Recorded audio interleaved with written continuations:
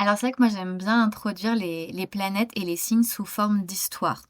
Déjà parce que ça permet d'éviter d'avoir à mémoriser toutes ces informations dans notre tête et ça nous permet de visualiser concrètement qu'est-ce qui se passe en nous. En fait, les planètes, quand on fait une photo du ciel à notre naissance, ce sont pas réellement elles qui interagissent avec nous, mais c'est plutôt l'image et l'archétype qu'il y a de ces planètes. Il faut s'imaginer que quand on naît, à un moment donné, on fait une photo du ciel et on fait une photo en fait du royaume intérieur de la personne. Donc les planètes, dans quelle maison et dans quel signe, dans quel nakshatra elles vont se positionner, vont déterminer la nature du royaume individuel de chaque personne. Donc dans un royaume, on a d'abord un roi. Le roi, c'est le soleil, c'est l'atma karaka, le représentatif de l'âme naturellement. Il est notre lumière intérieure, celui qui brille, il est vraiment celui qui représente l'âme. Ok, qu'est-ce que l'âme est venue apporter dans cette incarnation? Qu'est-ce qui est venu briller? Qu'est-ce que l'âme est venue expérimenter? Qu'est-ce qu'elle est venue mettre en avant? Comment est-ce qu'elle est venue diriger ce royaume? Le soleil, il est toujours accompagné de la lune. La lune, c'est la reine. C'est la sphère plutôt émotionnelle du thème. Donc, quand on va regarder la lune dans un thème, on va se dire, OK, qu'est-ce que ma reine, elle fait dans ce royaume? Est-ce qu'elle a une approche émotionnelle, une approche du mental qui est plus douce ou plutôt plus stricte? Vraiment, la lune va jouer un rôle très important comme le soleil dans notre royaume intérieur. Et c'est vraiment les deux karakas, à la fois de l'âme et du mental, de l'esprit, qui sont très importants dans la gestion du royaume. Ensuite, ce royaume, il peut être uniquement en sécurité grâce au guerrier. Le guerrier, c'est Mars. Mars, c'est celui qui va défendre, qui va protéger, qui va permettre en fait d'apporter ce sens de stabilité et ce courage d'avancer, de mettre en place des choses. C'est vraiment notre qualité de leadership, notre capacité à mettre en mouvement le royaume et à le protéger des attaques extérieures. Donc Mars a vraiment un rôle aussi primordial et il va vraiment symboliser notre capacité à l'action. Ensuite, on va avoir le gourou, l'enseignant. Et ça, c'est Jupiter. Donc Jupiter, vraiment la planète à ne pas négliger puisqu'il est le gourou, mais aussi le ministre. Il est vraiment le conseiller à la fois du Soleil, mais aussi de la Lune. Il est celui qui va venir nous dire, OK, voilà, ça c'est les prochaines étapes qu'il va falloir mettre en place, ça c'est les prochaines actions et les prochaines décisions qu'il va falloir prendre avec discernement et avec clarté. Jupiter, vraiment, c'est la planète qui est là pour nous donner les meilleurs conseils. C'est un peu notre gourou intérieur finalement. C'est celui vers qui on doit se tourner et vers qui on doit poser des questions. Ok, gourou intérieur, qu'est-ce que je dois faire? Quel est mon dharma? Quelle est ma voie? Quel est le chemin que je dois prendre? Il va aussi symboliser notre capacité à l'expansion, à la magie, à cette capacité à nous relier à l'éternel dans une certaine mesure. Il est notre capacité à apprendre, à accumuler des compétences, du savoir. Donc tout l'aspect de la formation, de ce qu'on aime apprendre et de ce qu'on aime partager va découler de Jupiter. Ensuite, un deuxième ministre qui est relativement assez important, c'est Vénus. Alors Vénus, elle est ministre, mais c'est aussi la princesse. Donc on peut la voir de deux façons différentes. Pourquoi? Parce que Vénus peut être à la fois gourou, comme Jupiter, mais Jupiter est plutôt gourou des sages, Vénus est plutôt gourou des démons. Donc elle est plutôt celle qui va venir nous apprendre à gérer nos pulsions, nos impulsions. Vénus représente donc la passion, donc elle est vraiment ministre un petit peu de nos désirs profonds, de tout ce qui va être géré par l'amour, le désir. Et Vénus va venir un petit peu nous apprendre à gérer toute cette sphère de désir et d'émotionnel. Mais Vénus est aussi la princesse. Elle est celle qui aime la beauté, l'art, la créativité. Elle a cet aspect très doux, très féminin.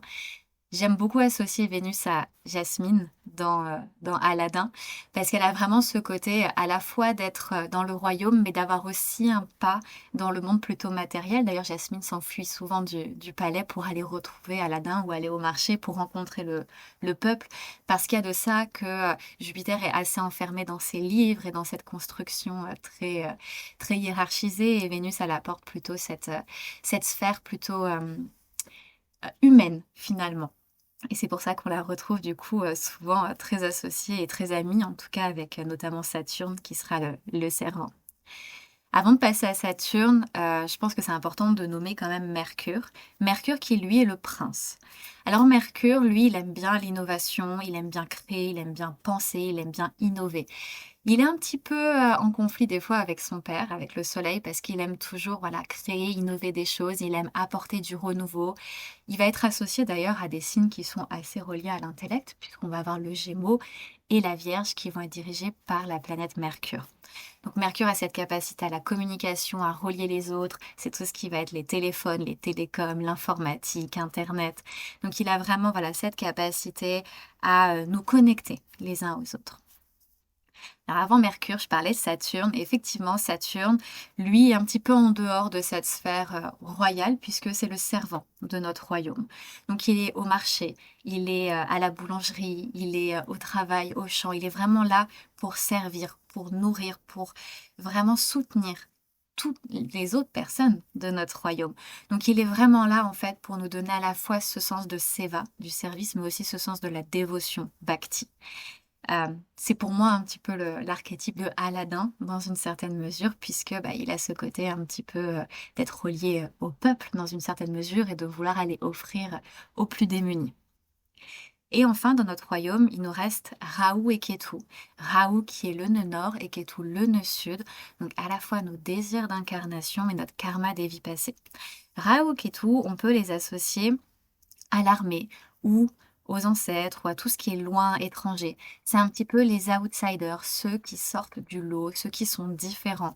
C'est vraiment les outcasts, les hors-castes de cette société. Ils sont là en fait un petit peu pour secouer les vieilles fondations et apporter du nouveau, apporter du changement, apporter de l'innovation. Donc ils sont vraiment là pour ébranler un petit peu notre royaume, mais aussi pour vérifier si celui-ci est bien stable et s'il est bien dirigé par le roi, la reine et les autres gravats. Que chaque planète va être associée à un karaka, donc comme on l'a vu, le Soleil le père, la Lune la mère, Mars les frères et sœurs, Mercure les oncles, Jupiter les enfants, et l'homme pour la femme, Vénus les romances en général, et puis Saturne, tout ce qui va être les employés, la maladie. Mais du coup, c'est vrai que se concentrer sur cet Atma Karaka, sur cette planète d'âme, c'est vraiment comprendre le chemin de l'incarnation. Effectivement, alors le Soleil est l'Atma Karaka pour tous, mais on va avoir un Chara Karaka, un Chara Atma Karaka, donc un Karaka de l'âme individuelle. Donc par exemple, quand la lune va être notre Atma Karaka, on va avoir ce sentiment peut-être de devoir être un petit peu la mère. On va être très connecté à la sphère des émotions, on va être très connecté aussi à notre maison. Alors bien entendu, tout va dépendre de si la lune, elle est dans son signe, exaltée, affaiblie, dans un signe ami, ennemi. Donc, mais c'est vrai que quand on a la lune en Atma Karaka, dans tous les cas, il y a vraiment un désir de l'âme de se reconnecter à la joie, à l'amour, à la satisfaction, à cet amour universel, cet amour qui est maternel, maternant et qui est vraiment associé à la lune, à cette reine intérieure qui est là pour materner son peuple. Pour Mars, par exemple, ce serait plutôt un désir d'incarnation relié à la passion, à la victoire, à l'aventure, au fait d'être conquérant, au fait d'être protecteur. Donc il y a vraiment un désir d'âme qui va être relié à ce guerrier. Ok, comment est-ce que je suis guerrier à la fois pour moi mais aussi pour les autres? Forcément, si on a un Mars qui est exalté, par exemple, on pourrait avoir des soucis reliés à la défaite ou un besoin d'apprendre la patience. Au contraire, un Mars qui serait affaibli en Cancer, il y aurait peut-être un besoin de retrouver ce guerrier, de vraiment se mettre en action, de trouver le courage de se mettre en action et d'arriver à s'ancrer, retrouver un enracinement pour pouvoir construire des choses, protéger des choses. Euh, donc, bah, sur le même principe que les planètes vont représenter les acteurs de notre royaume, ces planètes vont se retrouver dans des lieux qu'on va associer aux signes, aux rachis, et que ces lieux, en fait, vont décrire un petit peu bah, dans quelles circonstances les planètes vont se retrouver. Donc, il y a 12 lieux, 12 signes du zodiaque qu'on va décrire ensemble. Donc le premier lieu, le premier signe, c'est le bélier. Le bélier qui est un signe qu'on va associer à la planète Mars. Donc vous vous doutez déjà qu'on va avoir un côté un petit peu guerrier qui va ressortir. Le signe du bélier, moi je le vois un peu comme un champ de bataille. C'est vraiment le lieu où voilà, on part en guerre, on y va, on est parti pour aller en guerre.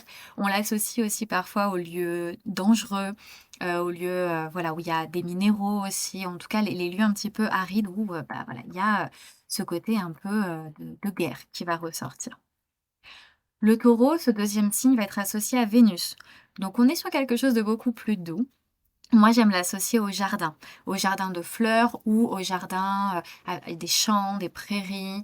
Voilà, il y a vraiment quelque chose qui est beau. C'est aussi les lieux d'agriculture. C'est là où on va faire pousser les plantes, les céréales, les fruits, les légumes. Donc, il y a vraiment quelque chose d'assez abondant. Finalement, ça rejoint vraiment cette qualité vénusienne dans une certaine mesure de ce qui nous nourrit. Vénus, c'est la planète qu'on va associer à l'alimentation, à la nourriture. Donc, il y a vraiment ce côté très doux, très délicat dans ce champ de fleurs. Ensuite, le signe du Gémeaux, ça va être plutôt la librairie, là où est-ce qu'on a envie de développer notre intellect. C'est aussi le village, c'est là où on va apprendre, donc ça peut être l'école, là où on a de la distraction, du fun, et c'est là où surtout on va avoir des échanges. Donc dans le village, ça peut être le voisinage, parler à son voisin, les lieux de rencontre, les lieux culturels. Donc le Gémeaux est vraiment un signe qui va être associé du coup à cet échange culturel, que ce soit à la librairie ou dans le bar du coin où on va échanger plein de petites infos, plein de petits potins. Donc ensuite, on a notre signe du cancer, qui est le quatrième signe du zodiaque. Ce quatrième signe qu'on va pouvoir associer au trône de la reine, ou plutôt à la chambre de la reine. C'est vraiment un lieu qui est très privé. C'est là où on va du coup vivre nos émotions pleinement. C'est un lieu qu'on peut aussi associer aux étangs, aux fontaines, aux restaurants, aux cuisines. C'est là où en fait on nourrit. On nourrit les gens, on nourrit le peuple. La reine, elle aime bien aller dans son royaume, dans sa chambre, parce que c'est là où elle peut se ressourcer, se renourrir émotionnellement. C'est là où elle va trouver les plus beaux mots, les plus belles paroles pour pouvoir les partager à son peuple. C'est vraiment la sphère émotionnelle de notre royaume intérieur. Le cancer, c'est un signe d'eau. Ce qui nous fait dire que du coup, juste après ce signe d'eau, on va aller sur le signe du lion, qui est un signe du feu. En passant d'un signe d'eau à un signe de feu, on a ce qu'on appelle Gandanta. C'est la première transition du zodiaque d'un signe d'eau à un signe de feu. Donc deux signes quand même très antinomiques, très différents, ce qui va créer du coup vraiment quelque chose d'assez puissant. On passe de ces premiers signes bélier, taureau, gémeaux, cancer, donc des signes tamasiques, aux prochains signes qui vont plutôt être rajastiques. Donc les signes tamasiques qui sont plutôt dans la terre, dans l'ancrage, dans l'inertie, vraiment dans la matière. Ensuite, on va rentrer à partir du lion dans des signes plutôt rajasiques qui là du coup vont plutôt inviter à l'action, au fait de mettre les choses en mouvement, d'être dans cette pratique, plutôt dans cette énergie de mouvement et d'action. Et d'ailleurs, le lion, c'est vraiment le très bon signe pour commencer du coup cette dynamique radiastique, puisque le lion, c'est le trône du roi. C'est là où toutes les décisions sont prises. C'est là où le roi, du coup, prend les commandes et dit, OK, le royaume, on va dans cette direction, on va là. Le lion, c'est un signe qu'on peut aussi associer aux caves, aux montagnes, aux jungles, pardon, au désert et aux lieux surtout difficiles d'accès. Et c'est vrai qu'il faut vraiment un roi pour pouvoir avoir accès à ces montagnes ou à ces caves. Il faut vraiment vivre et être cet archétype du roi pour pouvoir gravir des montagnes ou s'enfoncer dans des jungles et dans des lieux d'accès difficiles.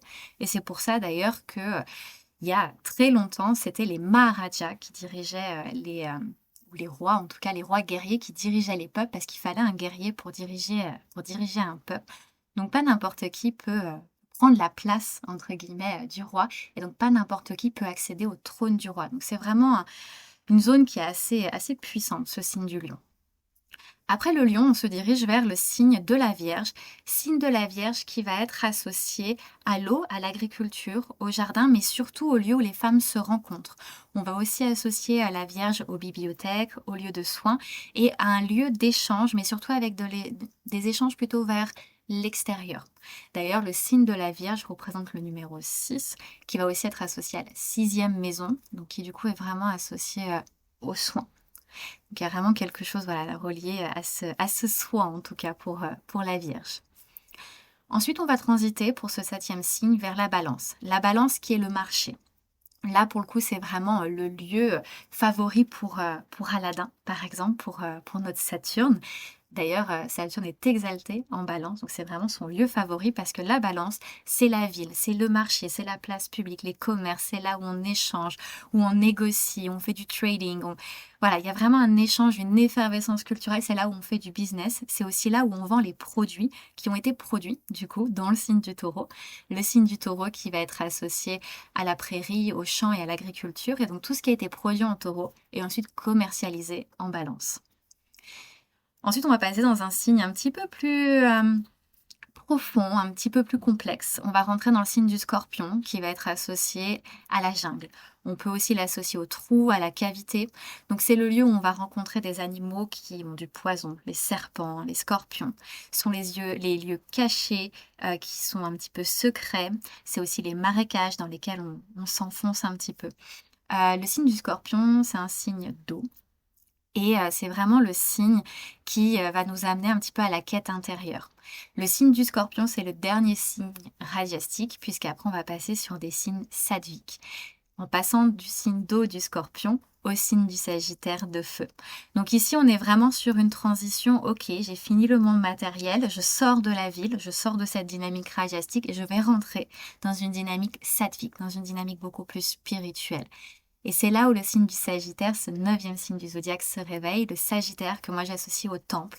C'est le temple tout en haut de la montagne où vous allez avoir tous ces moines qui prient, qui étudient les textes sacrés, qui sont là en fait pour partager et pour acquérir de la connaissance et du savoir. C'est aussi un lieu qui est très sûr. C'est pour ça qu'ils sont souvent en altitude, les temples, les monastères, parce que c'est des lieux qu'on veut loin des guerres, loin de tout ce remue-ménage du reste de la civilisation, parce qu'on veut vraiment avoir du temps pour la quête spirituelle qui est beaucoup plus importante finalement que tout ce mondain. Et c'est pour ça que le signe du Sagittaire débute les signes sattviques, donc qui vont apporter cette énergie spirituelle haute, élevée. Le 10e signe, ça va être le signe du Capricorne. Alors là, c'est assez intéressant parce qu'on n'est plus du tout, entre guillemets, ou on pourrait le penser en tout cas, plus du tout dans cette dynamique spirituelle parce que le Capricorne, on va l'associer au bidonville, à tout ce qui va être un peu le ghetto, les lieux inconfortables, sombres. Mais justement, c'est dans ces lieux-là où on apprend vraiment le plus, c'est dans ces lieux-là où on retrouve vraiment de l'entraide, de l'humanité. C'est là aussi où on retrouve la discipline de Saturne, puisque le Capricorne est un signe de Saturne. Donc on est vraiment sur un signe qui est à la fois discipliné, pas forcément évident, mais qui en même temps, du coup, nous fait prendre conscience de la réalité même de la nature, de la vie, qui n'est pas toujours belle, mais qui peut avoir du coup cet aspect inconfortable, mais qui est riche en leçons, en enseignements. Après le signe du Capricorne, on reste encore sur un signe de Saturne puisqu'on va rentrer dans le signe du Verseau. Le signe du Verseau que j'associe au bureau de l'inventeur. Il y a vraiment ce côté très relié à la science, à l'exploration, à l'innovation, aux choses qui sont un petit peu non communs, étranges, différents. En fait, on a vraiment cette connexion avec cet universel, cette expansion, cette sagesse illimitée. Le Verseau ici est vraiment dans cette dynamique d'expansion. C'est un signe d'air, donc on est vraiment connecté à cette image de l'éternel et de l'infini. Donc c'est vraiment un signe qui est très passionnant à explorer parce que c'est là où on va avoir de nouvelles idées, c'est là où on va être créatif. Et enfin, notre 12e et dernier signe du zodiaque, ça va être le Poisson. Le Poisson qui va être associé à l'île déserte. L'île déserte qui est au milieu de l'océan, au fin fond de nulle part, qui est au fin fond des mers, au fin fond des océans. C'est les lieux reclus, c'est les lieux où personne n'a accès, où très peu de monde y a accès. Ce sont les prisons, les monastères, mais aussi les hôpitaux. C'est vraiment des lieux de séclusion, ce sont les ashrams. C'est là où finalement l'âme se dit, ok, je vais retourner à ma vraie essence. Je retourne à l'intérieur de moi. Puisque l'extérieur m'est bloqué, alors je vais vers l'intérieur.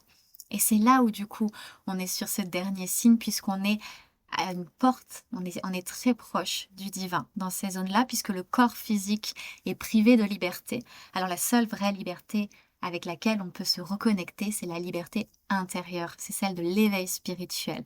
Et c'est justement au travers de la méditation et de la quête spirituelle que l'on retrouve cette image du poisson dans les thèmes. Alors tout ça, ce sont des images que l'on peut s'imaginer, on peut se créer une histoire. Moi, ce que j'avais adoré faire quand j'avais débuté l'astrologie et ce que je conseille à tous mes élèves en général, c'est de commencer à se raconter son histoire personnelle, de se dire, OK, j'ai telle planète dans tel signe, j'ai le roi en Verseau, j'ai le roi en Lion, j'ai le roi en Taureau, ou peu importe. OK, qu'est-ce qui se passe? Et c'est encore plus intéressant si vous ajoutez à ça la planète d'âme.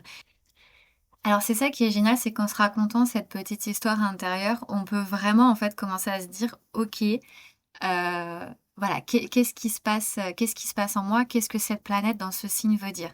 Donc effectivement, par exemple, Saturne, on sait que ces deux signes sont le Capricorne et le Verseau, pour ceux qui font un peu d'astrologie, et on sait que Saturne est exalté en Balance, mais il est aussi en chute en Bélier. Alors, qu'est-ce que ça peut vouloir dire? Par exemple, un Saturne exalté, c'est un Saturne qui est vraiment dans son environnement, mais du coup un peu trop, qui peut prendre vraiment très vite la confiance, entre guillemets. Et par exemple, Saturne en balance, ça va être du coup notre Aladdin, notre servant, qui va être du coup sur la place des marchés, à négocier, à faire du commerce, voilà, à être vraiment, entre guillemets, à fond, ok, on commerce, on vend, on est en échange, etc.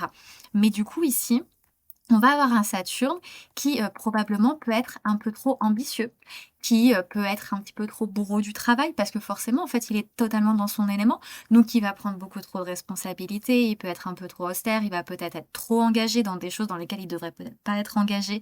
Par exemple, il va commencer à gérer le commerce du voisin, alors qu'en fait, c'était pas du tout où il était censé aller. Il va être tellement enfermé dans ses responsabilités à un point où il pourra avoir du surmenage.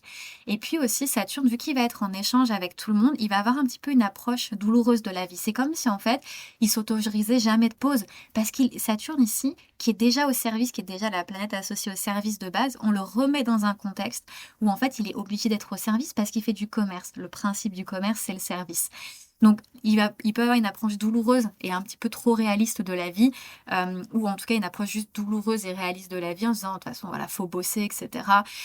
Et du coup, ça peut être un petit peu too much, entre guillemets. On peut ne pas se laisser de break, de pause. Et bon, on peut manquer un petit peu de flexibilité aussi, de se détendre, de profiter. Voilà, il nous manque un peu, presque Jasmine, finalement, dans cette histoire, parce que voilà, il y a trop de travail.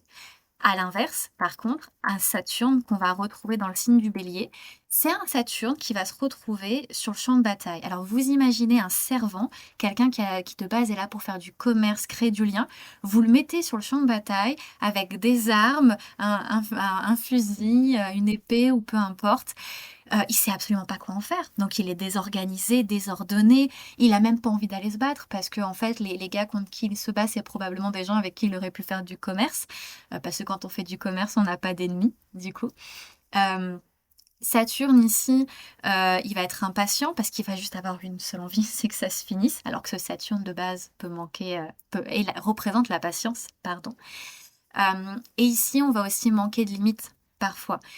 Saturne en bélier, forcément, on ne sait plus où est notre place, on ne sait plus qu'est-ce qu'on doit dire, dans quel contexte, comment le faire, et on va complètement manquer de limites, quitte à taper en fait sur des personnes sur qui on n'aurait pas forcément tapé. Et finalement, tout le sens du dharma ici peut être complètement euh, affligé par ce Saturne en bélier.